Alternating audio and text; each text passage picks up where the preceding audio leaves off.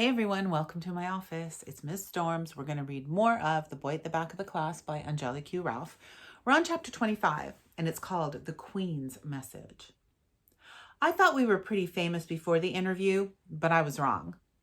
It was only after we became headline news that I found out what being really famous was like.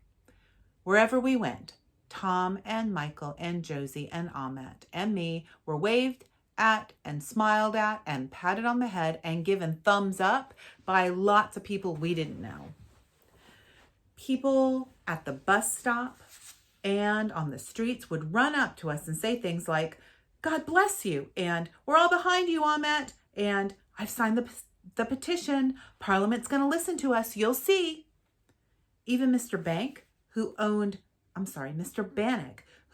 the newsagents near the school bus stop, was famous for hating children, ran out whenever he saw us and gave us each a huge chocolate egg for free. And not just for a day, but for a whole week. But as exciting as it was to be famous and to be friends with the most famous refugee boy in the world, what happened a few days later was even more surprising. On Wednesday morning, just 6 days after we had done the interview, we arrived at school ready to play football, but we couldn't find Ahmet anywhere in the playground. When the bell began to ring, we headed straight to class, but when we got to our classrooms, he wasn't there either. Neither was Miss Hemsey. "He's probably just late," shrugged Josie as we sat down. But Ahmet was never, ever late. I looked over at Mrs. Khan and wondered if I should ask her. She was busy getting the class to sit down, but she looked happier and couldn't stop smiling, even when she was telling Clarissa off for being late. After registration, Mrs. Khan said that Mrs. Bournville was going to take first period as she had something to do. Then she came over to me and Josie and Michael and Tom and told us to come with her. "Are we in trouble?" whispered Tom as we followed Mrs. Khan down the corridor. "But we haven't done anything, have we?" whispered Josie. Mrs. Khan knocked on Mrs. Saunders' door and waited for a "come in" before she pushed it open. The first person we saw was Ahmet. He was perched on a chair, his face looking surprised and serious and happy all in one go. Sitting on one side of him was Miss Hemsey, whose cheeks were pinker than I had ever seen them before, and on the other were two men. They each gave me a wide smile. For a moment, I couldn't remember how I knew them. And then Tom gave a gasp. "It's the Queen's Guard," he cried out, punching me on the arm. He was right. They really were the Queen's Guards. Except they were dressed in suits and didn't look so giant because they weren't wearing their big tall hats. As we walked in, they stood up and gave us a salute.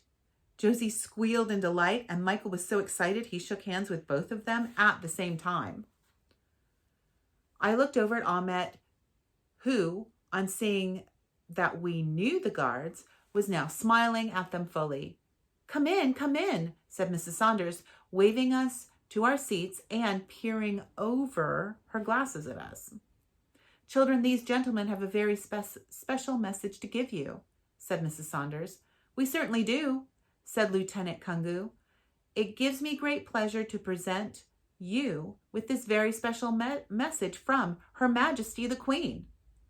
He took an envelope from the side of his coat and held it up. "And seeing how the greatest idea in the world was your idea, how about you open this?"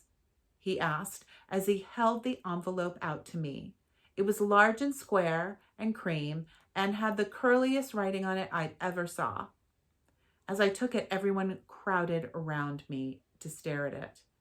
I turned it over. On the back was a large blob of red candle wax.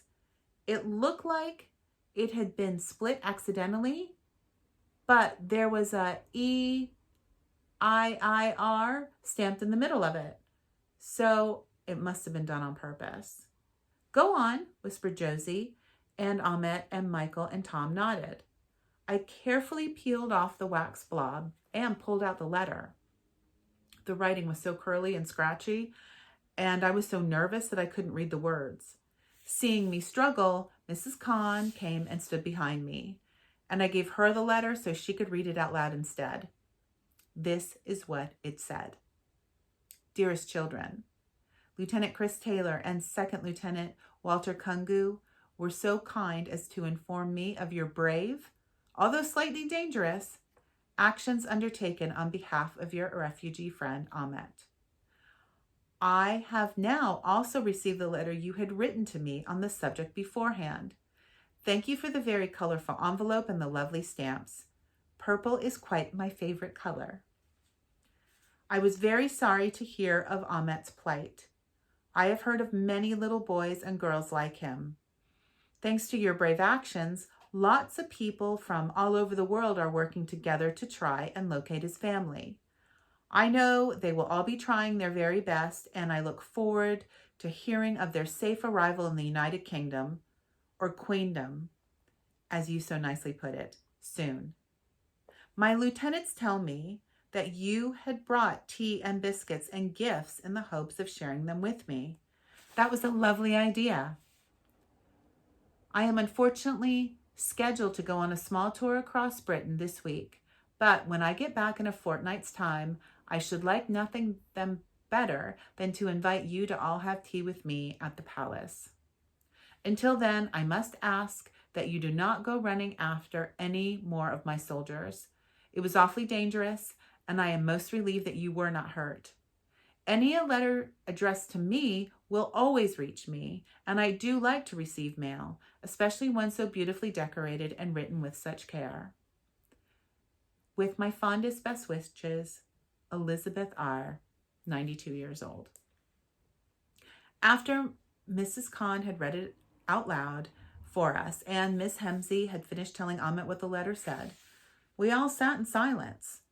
I guess there are just some things that even grown-ups don't have any words for, and a message from the Queen is one of them. That was the end of chapter 25. Chapter 26 next time.